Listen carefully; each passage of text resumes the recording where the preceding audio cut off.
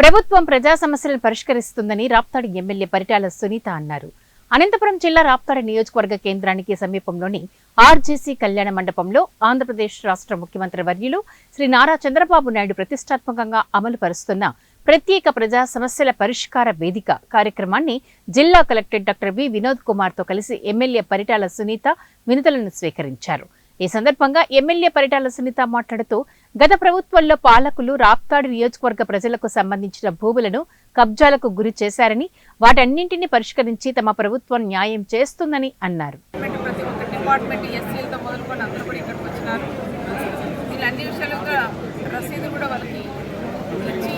సమస్యల మీద మళ్ళీ మేము పరిష్కారం కొన్ని అవుతాయి, కొన్ని కావు, అవన్నీ కూడా మళ్ళీ మీ దృష్టికి కూడా తెస్తాం.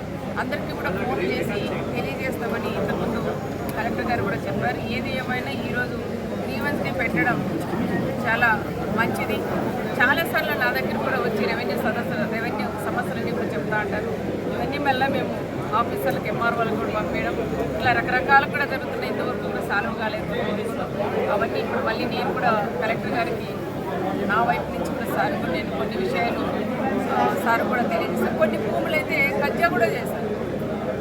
ఇప్పుడు నాకు ఒక పట్టా ఉంటే నా పట్టా మీద ఒక 4 రిజిస్ట్రేషన్లు కూడా చేసుకున్నారు. ఆ రకంగా కూడా చాలా కూడా ఉన్నాయి. మరి దాన్ని ఏ విధంగా పరిష్కారం చేయాలనేది ఒకసారి కలెక్టర్ గారు కూడా ఆలోచన చేసి ఇది డిపార్ట్మెంట్ కూడా వాళ్ళు కూడా పెట్టి కొన్ని సమస్యలు కూడా పరిష్కరించాలని కలెక్టర్ గారికి నేను కూడా తెలియజేస్తాను. ఏది ఏమైనా ఇది మంచి ప్రభుత్వం